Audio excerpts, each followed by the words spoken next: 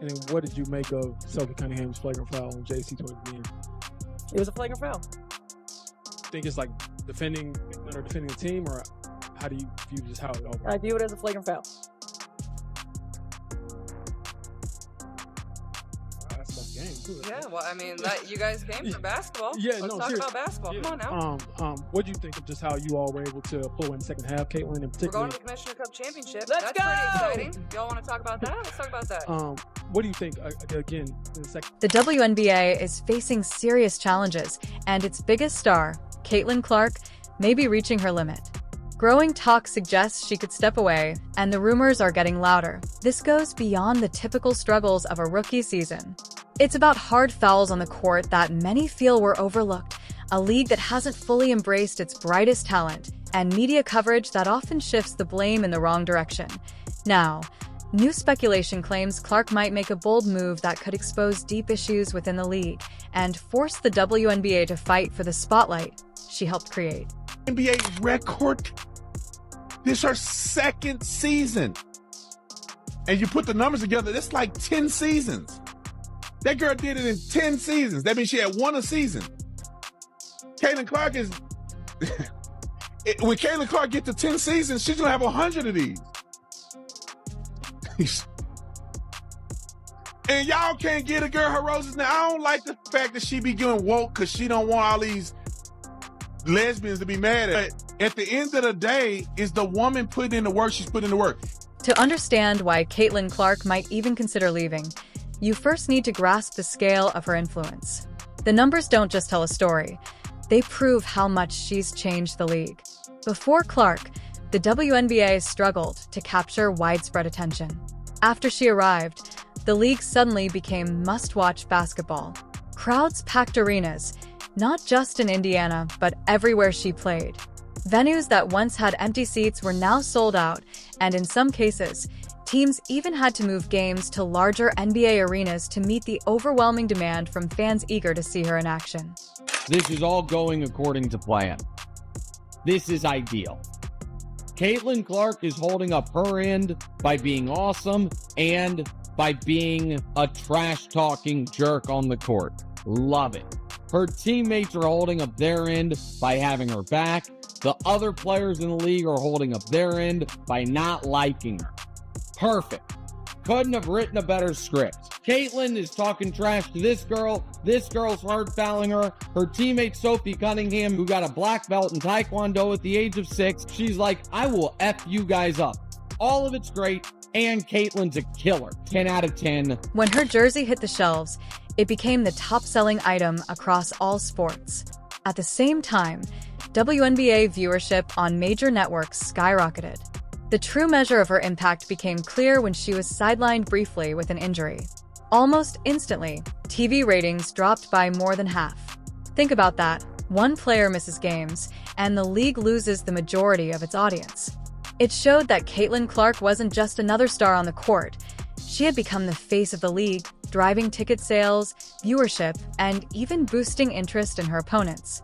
Caitlin Clark is driving the WNBA insane. It's to the point that she may need to step away from the WNBA, have a billionaire come in that has the money to prove a point, and say, Caitlin, I'll pay you $50 million just to see if the WNBA can make it without you. Let's go create a complete different league and expose the hell out of the WNBA just to embarrass this Angel Reese girl that Jameel Hill just said she could go down as a Michael Jordan of WNBA. But despite all the money and attention she brought to the league, Clark's debut didn't feel like a celebration.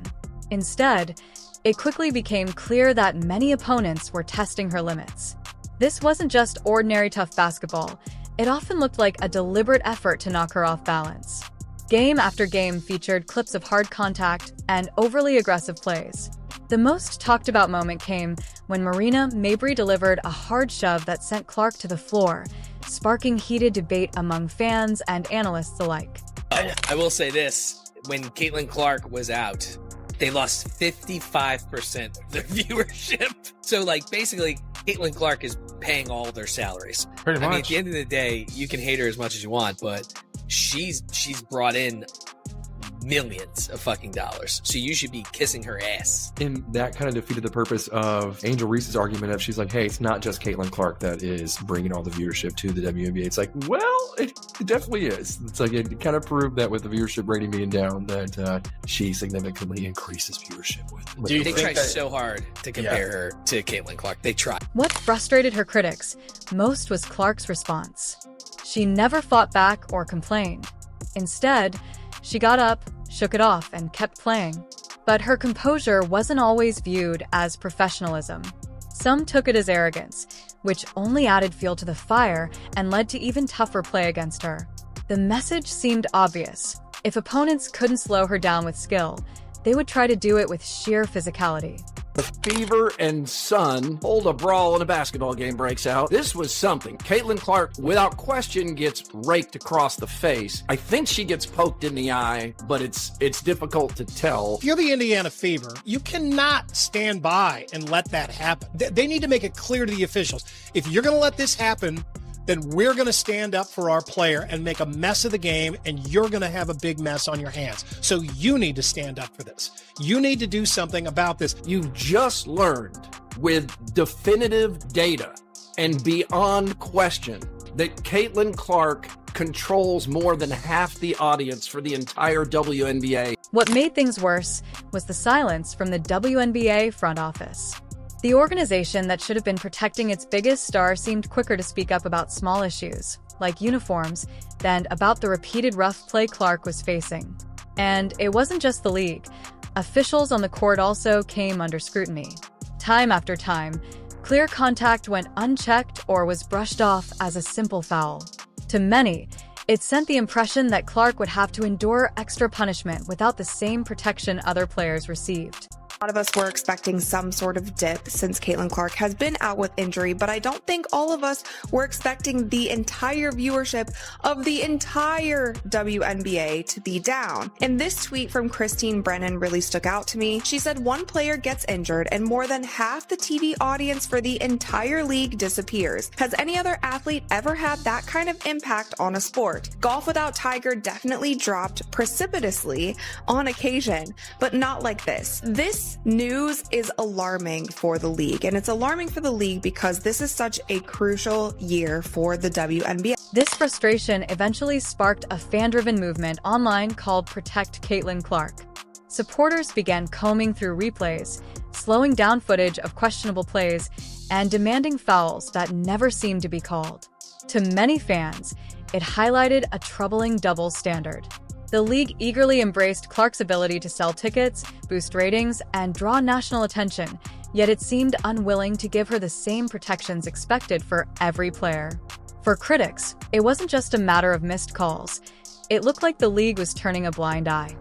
I am sick and tired of the way they are treating my girl, Caitlin Clark. I am here to propose a solution. I think they need an enforcer. You know, someone who comes off the bench to kind of lay the smack down on an opposing team member. I want to get the word out to the Indiana Fever that I am available. I'm ready to identify as whatever I need to in order to get the job. They need someone like me. Why? Because I'm not afraid of any 6-foot tall lesbian. I work out. Now, I have a couple of real good go-to moves in my bag of tricks. As if things weren't already complicated, parts of the media began shifting the blame onto Clark instead of focusing on the overly physical play. A strange narrative started to take shape, suggesting that she was somehow responsible for the treatment she received because of her confidence and willingness to engage in trash talk. But that argument doesn't hold up. Trash talk has always been a part of professional sports. It's about competition and mental strategy. Legends like Larry Bird and Michael Jordan built their reputations on it, and no one ever suggested they deserved harsher play because of it. Oh, let's shit out. A snitch, nigga, that shit I don't like. You know, they get into it a bit here. Lexi Holdown gets it. Oh, bitch, nigga. Sheldon's face. Caitlin Clark hits the deck. Sneak decides that shit I don't like. Sheldon and Cunningham are getting into it. A snitch, nigga, that's that shit I don't like. Caitlin Clark with a few words with JC shot it. The message fans saw was frustrating. When male athletes show confidence and back it up, it's celebrated as part of their competitive spirit. But when Clark showed the same traits, it was treated differently, as if it somehow crossed a line. Viewers were especially angered when analysts went out of their way to defend rough plays against her, breaking down her body language or attitude as though she had brought it on herself. To many, that double standard felt impossible to ignore. Caitlin Clark has decided to quit the WNBA and move on and go play over in Europe. I do not blame her. I applaud it. I say do it. Get as far away from the WNBA as you can. Let that league sink. Okay? Do not help them, Caitlin. Get away. I believe you could create your own league, okay? You could be the fucking player that creates whatever, the next professional women's basketball league. Let this one just go and let Caitlin try to build the next WNBA. Some players seemed to feel that Clark hadn't earned her stripes, even though she had already become the most recognizable and influential figure in the league. In just a few months, she brought more attention and revenue to the WNBA than many teams had seen in years. That success also created tension. Players who had been working for recognition for a long time suddenly found themselves in the background of what many were calling the Caitlin Clark era. The resentment was noticeable, and it didn't come only from opponents. It felt tied to a larger culture among certain veterans, where instead of embracing a once-in-a-generation opportunity, some seemed more focused on challenging the newcomer. The much-talked-about rivalry with Angel Reese was just one example of what appeared to be a deeper issue within the league. Get your opinion, because it's been a minute on this Angel Reese, Caitlin Clark stuff that's been going on. Brittany Griner a couple of weeks ago in a video says trash effing white girl when she was playing Caitlin Clark. What's your just kind of 30,000 foot view of this? There is not an organization more dedicated and committed to self-imploding than the WNBA. The WNBA was like handed the golden egg that is Caitlin Clark. Yeah. And they have done everything to just self-destruct. Yeah. Whether it's these totally crazy, like, racial investigations that have been proven a hoax. This brings us back to the rumor that Clark could actually leave, a possibility that shifts the story from one of challenges to one of bold retaliation. The first scenario being discussed is what some call the European option. Clark could sign a multi-million-dollar deal overseas, where women's basketball often enjoys strong support and respect. She would earn a significant salary, receive greater protection from the league, and avoid the drama that has surrounded her WNBA debut. The second, even more dramatic theory is what fans have nicknamed the Billionaire's Gambit. In this version, a wealthy backer might approach Clark with an offer so massive it could change the landscape of the sport. Either pay her a fortune to sit out and show how dependent the WNBA has become on her, or create a brand new rival league with Clark as the centerpiece. If either scenario came true, it would be one of the most disruptive moves in modern sports, exposing the WNBA's vulnerabilities while potentially reshaping the entire future of women's basketball. Caitlin Clark did her thing. Coming off of the injury, she returned for the Fever, and I swear I am not being hyperbolic. We were immediately gifted one of the greatest halves we have ever seen in the WNBA, and I say that with all context involved. This series from Caitlin Clark, the pull-up three here, and you are about to see back-to-back-to-back triples for Caitlin Clark in this game. I am not trying to erase the things we have seen from Maya Moore, from Diana Taurasi, A'ja Wilson's 53-point game, Stewie, Cynthia Cooper. Like, we have seen incredible halves of basketball, but you see Caitlin Clark coming off of that made three from the Liberty.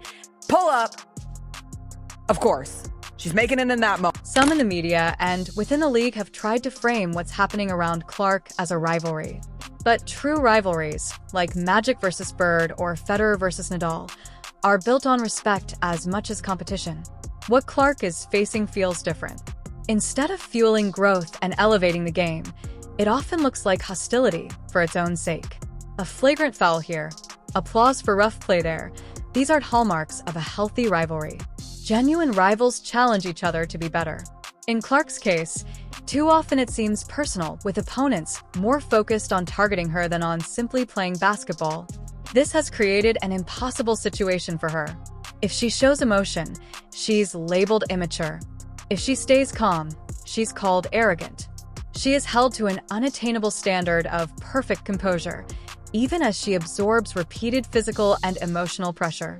The bigger problem is what this means for the WNBA's future. Young players in college are watching. They see how the league's biggest draw is treated, not protected or celebrated, but too often criticized and punished. Corporate partners are also paying attention, and they want growth and positive stories, not infighting or instability. The paradox is clear. The league depends on Clark to drive ticket sales, TV ratings, and national interest, yet she is also the one taking the brunt of the negativity. If she stays, she faces more of the same treatment. If she leaves, it won't be weakness. It will be a statement that her talent and well-being deserve better. The question is, what happens next? Without her, arenas risk returning to empty seats. Ratings could drop, and the league may be forced to face a hard truth. It had the star who could change everything, but failed to truly embrace her.